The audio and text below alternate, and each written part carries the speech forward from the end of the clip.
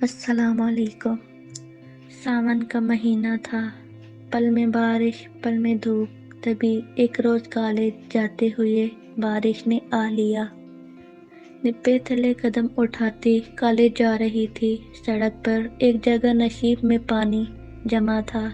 کسی منچلے نے تیزی سے گاڑی نکالی اور گدلے پانی کے چھینٹوں نے میرے اجلے یونیفارم کو خراب کر دیا۔ گھبرا کر مڑی تو پاؤں رپٹ گیا اور میں پوری کی پوری اس گدلے پانی میں جا پڑی۔ کار تو فراٹے بھرتی نکل گئی، لیکن ایک نوجوان جو اس کار کے پیچھے آ رہا تھا، اس نے اپنی بائک روک لی اور آگے بڑھ کر مجھ کو اٹھنے میں سہارا دیا۔ کتابیں پانی میں جا پڑی تھیں، ان کو چن کر اٹھایا۔ خفت سے اپنی چوٹ بھول چکی تھی۔ اس نے پوچھا، آپ ٹھیک تو ہیں؟ چل سکتی ہیں؟ آپ نے جانا کہاں ہے؟ پہلے تو کالج جا رہی تھی، لیکن اب میں نے روحانسی ہو کر اپنے یونیفارم کو دیکھا جو بارش کے پانی سے چنری پرنٹ ہو گیا تھا۔ اگر برا نہ مانے تو آپ کے گھر تک ڈراپ کر دوں؟ مجھے لنگڑاتے دیکھ کر بولا، واقعی مجھ سے چلا نہ جا رہا تھا۔ مجھے رکشہ لا دیں، خود چلی جاؤں گی۔ اس نے اپنی موٹر بائیک فٹ پاتھ پر ایک دکان کے چھجے کے نیچے کھڑی کر دی اور میرے لیے رکشہ لینے چلا گیا۔ میں اس کے بائیک کے پاس کھڑی تھی۔ 10 منٹ بعد وہ رکشہ لے آیا۔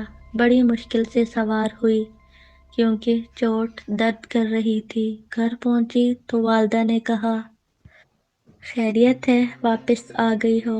ہاں امی جان، بارش کی وجہ سے میرے کپڑے دیکھ کر سمجھ گئیں۔ سہارا دے کر پلنگ پر لٹایا، پین کلر دے کر میرے لیے چائے بنانے چلی گئیں۔ سارا دن اسی نوجوان کا خیال آتا رہا جو کہ خوش اخلاق تھا اور خوش شکل بھی۔ اس کی نیکی سے دل متاثر تھا، جس نے مجھ کو چلتے ٹریفک میں مزید ہزیمت سے بچا لیا۔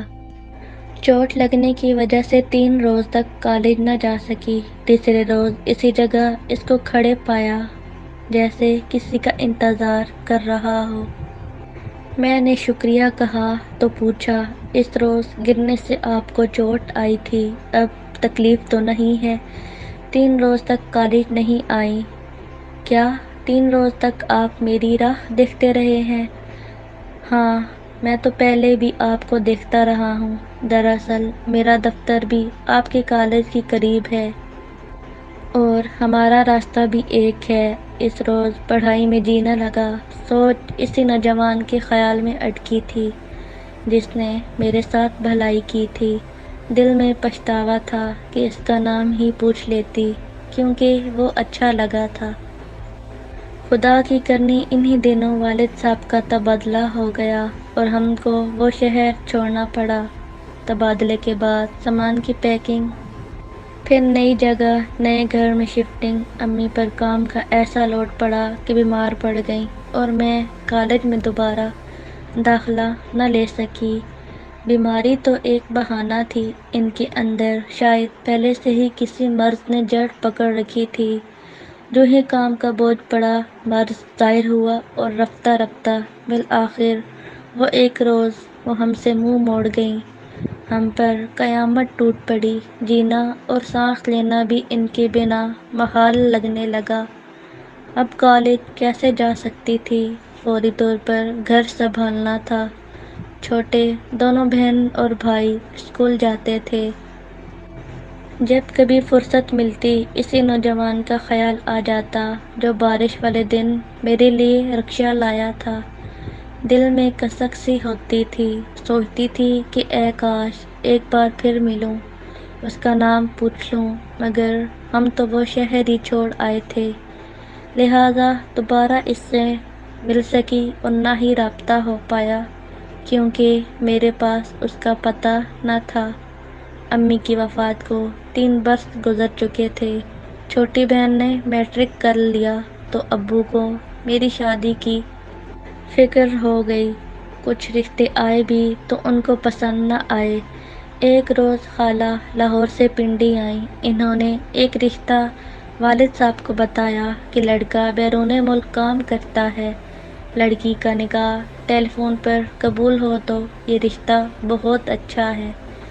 یہ ہمارے خالو کے رشتہ دار تھے، تبھی خالہ نے اس رشتے کی ضمانت دی تھی۔ والد صاحب نے تصویر دیکھی، تفصیلات حاصل کیں اور رشتہ قبول کر لیا۔ یوں میرا نکاح ٹیلی فون پر ہو گیا۔ نکاح کے بعد بھی مجھے بیرون ملک جانے کے لیے ڈیٹ برس انتظار کرنا پڑا۔ بالآخر انہوں نے میرا ویزا بھیجا اور میں اکیلی ہی روانہ کر دی گئی۔ شادی کا ہنگامہ اور نہ ڈھول شہنائیاں بجیں، شاید کہ ایسی ہی رخصتی میری تقدیر میں تھی۔ جب ایئرپورٹ پر اتری، سلمان کی تصویر ہاتھ میں تھی، لیکن ان کو پہچانتی نہ تھی۔ ان کے ہمراہ جو دوسرا شخص مجھے لینے آیا تھا، اس نے مجھے اور میں نے اسے پہچان لیا۔ بے اختیار ہم دونوں کے منہ سے ایک ساتھ یہی الفاظ ادا ہوئے، آپ۔ سلمان نے حیرت سے ہم دونوں کو دیکھا اور بولے، تم دونوں تو ایک دوسرے کو پہلے سے ہی جانتے پہچانتے ہو۔ ہم یوں ہی پریشان تھے۔ یہ دوسرا شخص سلمان کا چھوٹا بھائی نعمان تھا، وہی نوجوان جو برسات کے دن ملا تھا اور میرے لیے رکشہ لایا تھا، جس کو دوبارہ دیکھنے کی آرزو دل میں کسک پیدا کرتی تھی۔ اور آج دعا قبول ہوئی بھی تو کس موڑ پر، کس رشتے سے کہ میں اس کی بھابھی اور وہ میرا دیور تھا۔ پہلی نظر دیکھ کر تو سچ مچ حیران ہوئی، خوشی بھی ہوئی، پھر نہ جانے کیوں دل بجھ سا گیا، وہ بھی مجھ سے بیگانہ سا اور ریز روح ہو گیا۔ جو سوالات ایئرپورٹ پر ذہن میں اٹھے تھے، گھر پہنچ کر ان کا جواب مل گیا، یہ کہ وہ سلمان کا چھوٹا بھائی ہے۔ ایف ایس سی کے بعد پڑھائی چھوڑ کر کوئی ڈپلومہ کیا اور پھر سلمان صاحب نے اس کو اپنے پاس بلوا لیا۔ اب وہ بڑے بھائی کے ساتھ رہتا تھا۔ دیور کے رشتے کو مانتے ہوئے میں نے اسی وقت ماضی کی آرزو کو اپنے سینے میں دفن کرنے کا تہیہ کر لیا، کیونکہ اب میں سلمان کی منقوہہ تھی۔ لیکن پہلے ہی دن میرے عہد کرنے کے باوجود شوہر کے دل میں شک پڑ گیا کہ ہم دونوں کیوں کر ایک دوسرے کو جانتے ہیں۔ تب ہم نے بات بتا دی، ان کا دل مطمئن نہ کر سکی۔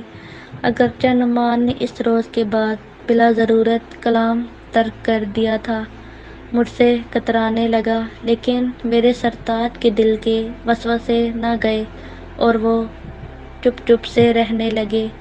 آخر ایک دن انہوں نے پوچھ ہی لیا کہ تم شادی سے پہلے کسی سے پیار تو نہیں کرتی تھی، کسی سے ملتی تو نہ تھی؟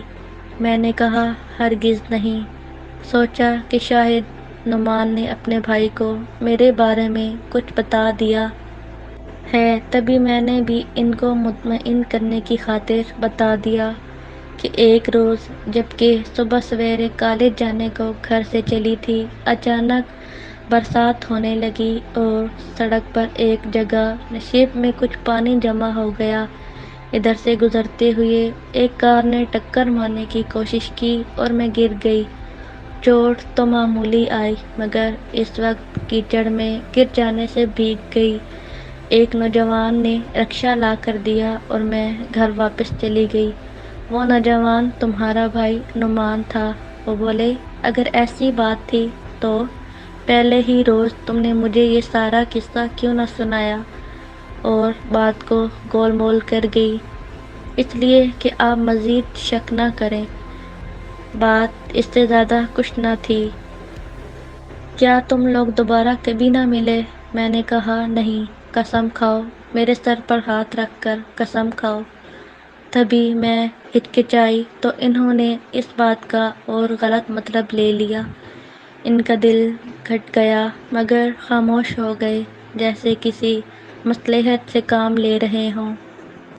اب ان کا رویہ میرے ساتھ سرد مہری اور بے دلی کا ساتھ رہنے لگا۔ یہ بات بہت تکلیف دیتی تھی، چاہتی تھی کہ کسی طرح ان کا دل میری طرف سے صاف ہو جائے۔ کیونکہ میرا نعمان کے ساتھ کوئی ایسا معاملہ نہ رہا تھا کہ کسی کو اعتراض ہوتا۔ حقیقت بس 2-4 بار راستے میں ملے تھے اور کچھ خاص بات نہ تھی۔ مجھے تو اس کا نام تک معلوم نہ تھا۔ کسی برائی میں پڑنا تو دور کی بات تھی۔ جب غلط فہمی دل میں جنم لے لیتی ہے تو پھر اسے دور کرنا لازم ہو جاتا ہے، ورنہ کون کس کو سمجھا سکتا ہے۔ مگر میں شوہر کی معنی خیز خاموشی کا جواب خاموشی سے دے رہی تھی۔ خود اپنی صفائی پیش کرنے سے جی ڈرتا تھا۔ جانتی تھی کہ ایک نامعلوم اندیشے کی بنا پر میرے شوہر خواہ مخواہ شک کا شکار ہیں، اور وہ بھی ایک مقدس رشتے کے بارے میں۔ یہ صورتحال کسی کے لیے بھی زیادہ عرصے تک ناقابل برداشت تھی۔ تبھی ایک روز میں نے نعمان سے کہا، تم کہیں چلے جاؤ، خدارا اور کوئی نوکری تلاش کر لینا تاکہ میرا گھر تباہ ہونے سے بچ جائے اور تمہارے بھائی کو بھی سکون مل جائے۔ اس نے ایسا ہی کیا۔ ایک دن وہ اپنے بھائی کو خدا حافظ کہے بغیر چلا گیا۔ ایئرپورٹ سے فون کر کے سلمان کو کہا کہ جلدی میں تھا، ضروری جانا پڑ رہا ہے، کمپنی بھجوا رہی ہے، لہٰذا آپ کو خدا حافظ نہیں کہہ سکا۔ اب میں شاید ہی لوٹ کر آؤں۔ جہاں کمپنی چاہے گی تعینات کر دے گی۔ جانتی تھی کہ یہ تو ایک بہانہ ہے، ورنہ وہ ہمارے چہروں پر مسکراہٹ واپس لانے کو یہاں سے چلا گیا ہے۔ جلد ہی پتہ چل گیا کہ وہ نوکری سے ریزائن دے گیا ہے۔ اس کے جانے سے تھوڑا سا کھلا سانس لیا، مگر پھر میرے دل میں مردنی چھا گئی، کیونکہ ناحق اسے سزاوار کرنے کا قلق تھا۔ قلق بھی جاتا رہتا۔ اگر نعمان کے چلے جانے سے سلمان کو خوشی اور سکون مل جاتا، ایسا نہ ہو سکا اور ان کو خوشی پھر بھی نہ ملی۔ شاید کہ نعمان کے یوں چلے جانے کا انہیں بھی قلق ہوا تھا۔ آخر کار ایک روز انہوں نے مجھ سے پوچھ ہی لیا، سچ بتا دو، کیا تم شادی سے قبل نعمان سے ملا کرتی تھی؟ کیا تم دونوں کے درمیان محبت کا رشتہ تھا؟ ایسا کچھ نہیں تھا، میں قسم کھاتی ہوں، پھر بھی یقین نہیں تو بھی معاف کر دیجیے کہ مجھ سے اب یہ گھٹن برداشت نہیں ہوتی۔ انہوں نے یقین نہ کیا۔ ان کا رویہ میرے ساتھ بیگانہ تر ہوتا چلا گیا۔ تکلیف دہ حد تک خاموشی ہر وقت گھر میں براجمان تھی، یہاں تک کہ وہ مجھ سے ہنس کر اور میں ان سے مسکرا کر بات کرنے کو ترسنے لگے، جیسے کوئی شیطانی قوت ہمارے درمیان جدائی کی چادر تانے کھڑی تھی۔ کچھ عرصے بعد ہی انہوں نے ایک عورت سے دوستی کر لی اور اب وہ زیادہ وقت باہر گزارنے لگے، جبکہ میں دن بھر قیدی کی مانند اکیلی گھر میں رہتی تھی، اپنی اس زندگی سے تنگ تھی۔ وطن جانے کو کہتی تو سلمان بھڑک اٹھتے کہ کس سے ملنے کی آرزو ہے، کس کی یاد تم کو بلاتی ہے۔ میں نے اپنے شوہر کا دل جیتنے کی ہر ممکن کوشش کی، مگر ناکام رہی۔ پاکستان سے کبھی کبھی نعمان کا خط آ جاتا، یہ جواب نہ دیتے، وہ خدا کے واسطے دیتا کہ بھائی جان میرا قصور تو بتا دیجیے، جو مجھ کو جواب نہیں دیتے، لیکن اس پتھر دل پر کچھ اثر نہ ہوا۔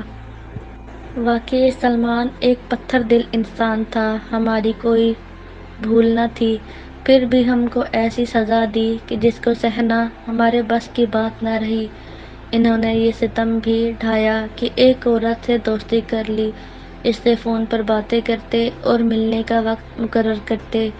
کوئی خطا نہ کر کے بھی ایسی پاپن بن گئی تھی کہ جب کہ ان کی سب گناہ و ثواب اپنی آنکھوں سے دیکھ رہی تھی اور اف نہ کر سکتی تھی۔ وطن کو چھوڑے 4 سال بیت گئے تھے، گود بھری ہوئی اور نہ وطن جا سکی۔ اب مجھے ابو اور بہن بھائی کی یاد ستاتی تھی، جی چاہتا وہ آ جائیں یا میں ہی اڑ کر ان کے پاس پہنچ جاؤں۔ دن رات دعا کرتی، اے اللہ کوئی معجزہ ہو جائے اور میں پاکستان چلی جاؤں۔ دعا تو قبول ہو گئی، مگر جو وطن جانے کا سبب بنا اچھا نہ تھا۔ رضائے الہی سے ہماری ساس کا انتقال ہو گیا، اب تو وطن جانا ہی تھا۔ سلمان نے فوری چھٹی لی اور ہم پاکستان آ گئے۔ میرے ابو بھی فوتگی پر آئے، ایک روز رہ کر چلے گئے۔ 15 دن بعد دوبارہ آئے تعزیت کرنے کے بہانے، اور سلمان سے کہا کہ جب سے ہم نے اپنی بیٹی تمہارے ساتھ بیاہی ہے، اس کو دوبارہ میکے آنا نصیب نہیں ہوا۔ آج اسے لے جانا چاہتا ہوں تاکہ فضا چند روز میرے پاس بھی رہ لے، بہن اور بھائی سے ملے۔ امی کا 40واں ابھی نہیں ہوا ہے اور یہ گھر سے جا رہی ہے۔ ہمارے رشتہ دار کیا کہیں گے کہ بہو آتے ہی میکے چلی گئی۔ آپ اس کو 40ویں تک یہاں ہی رہنے دیجیے، میں خود بعد میں آپ کے گھر آ جاؤں گا، فضا کو ساتھ لے کر آؤں گا۔ ابو داماد کا یہ عذر سن کر خاموش ہو گئے۔ 40واں گزرا تو چھٹی میں ایک ہفتہ رہ گیا۔ سلمان کو واپس جانا تھا۔ ابو نے فون کیا، تمہاری چھٹی ختم ہو رہی ہے، فضا کو ہمیں ملوانے کب لاؤ گے؟ مارے باندھے یہ مجھے لاہور سے پنڈی ابو کے گھر لے آئے، لیکن ایک روز کے لیے۔ کہا کہ بہن بھائی سے مل لو، پھر واپس چلتے ہیں۔ یہ سن کر میں رو پڑی۔ ابو نے مجھے ازحد افسردہ پا کر سلمان سے اصرار کیا کہ ابھی اسے رہنے دو، 2-4 روز بعد میں خود چھوڑ جاؤں گا۔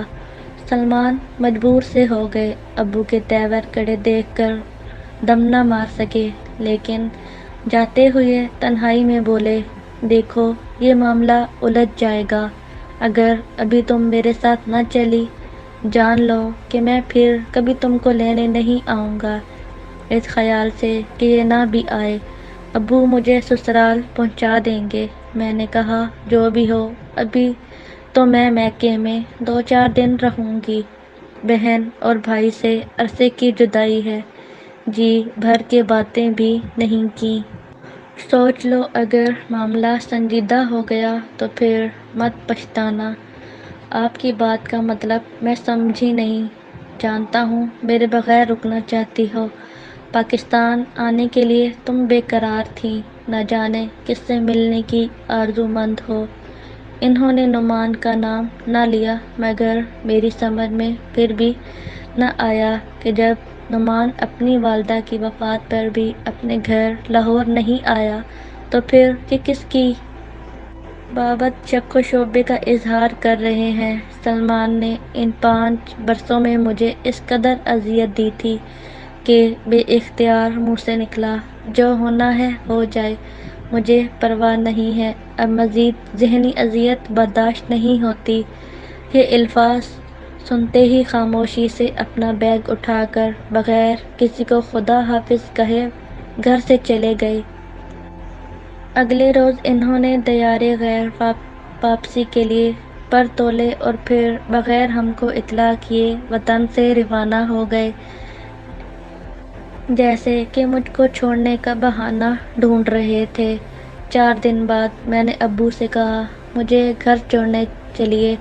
وہ بولے، ارے بھائی 1 ہفتہ پورا تو رہو، میں سلمان سے بات کر لیتا ہوں۔ ابو نے فون ملایا، ہمارے سسر صاحب نے اٹھایا اور بتایا کہ سلمان واپس چلا گیا ہے۔ یہ سن کر والد صاحب پریشان ہو گئے، مجھ سے سوال کیا، آخر اس نے ایسا کیوں کیا؟ کیا کوئی خاص مسئلہ تھا؟ تم دونوں کے درمیان کوئی بدمزگی چل رہی تھی؟ میں کیا بتاتی ابو، کچھ بھی ایسی بات نہ تھی۔ شاید ان کو اپنی جاب کی وجہ سے جلد جانا پڑ گیا ہوگا۔ والد صاحب جہاں دیدہ تھے، سلمان کا رویہ، میرا خوف زدہ چہرہ اور میری گرتی صحت اس بات کی چغلی کھا رہی تھی کہ کوئی سنگین بات ہے جو میں ان سے چھپا رہی ہوں۔ دیکھو بیٹی، مجھ سے کچھ مت چھپاؤ اور ہر بات سچ سچ بتا دو، اسی میں تمہاری بہتری ہے۔ ابو کو میں نے بتا دیا کہ سلمان شکی مزاج ہے اور وہ مجھ پر شک و شبہ رکھتے ہیں، حالانکہ ایسی کوئی بات نہیں ہے۔ والد نے زیادہ کریدنا مناسب نہ سمجھا، وہ مجھ کو مزید پریشان کرنا نہیں چاہتے تھے۔ تبھی انہوں نے سلمان کو فون کیا۔ سلمان نے بھی اپنے ذہن کے اندرونی خلفشات کے بارے میں روشنی نہ ڈالی، بس اتنا کہا، آپ کی بیٹی میرے ساتھ خوش نہیں ہے، اس لیے میں اس کو طلاق دے رہا ہوں۔ اور چند دنوں بعد طلاق کے کاغذات بھجوا دیے گئے۔ میں بے قصور سزاوار ہو گئی۔ گھر اجڑ جانے کا دکھ کس کو نہیں ہوتا، مجھے بھی ہے، بے حد ہوا، لیکن کیا کر سکتی تھی؟ شاید کہ یہ میری تقدیر کا لکھا تھا جو پورا ہو کر رہا۔ اپنی بد نصیبی سے سمجھوتا کر لیا۔ سال بعد والد صاحب نے نکاح ثانی کے لیے کہا تو میں نے ہاتھ جوڑ لیے کہ اب مجھے دوبارہ اس تجربے سے نہیں گزرنا، ایک ہی شادی کافی ہے میرے لیے۔ آپ کو میری ضرورت ہے، ماہم بیاہ کر چلی جائے گی، بھائی بھی اپنی بیوی کے ساتھ مصروف زندگی ہو جائیں گے، آپ کا کیا بنے گا؟ بڑھاپے میں اپنی خدمت سے محروم نہ کیجیے، اکلوتی بہو اتنا خیال نہ کرے گی جس قدر میں کروں گی۔ وقت گزرنے لگا، ماہم کی شادی ہو گئی اور وہ آسٹریلیا چلی گئی۔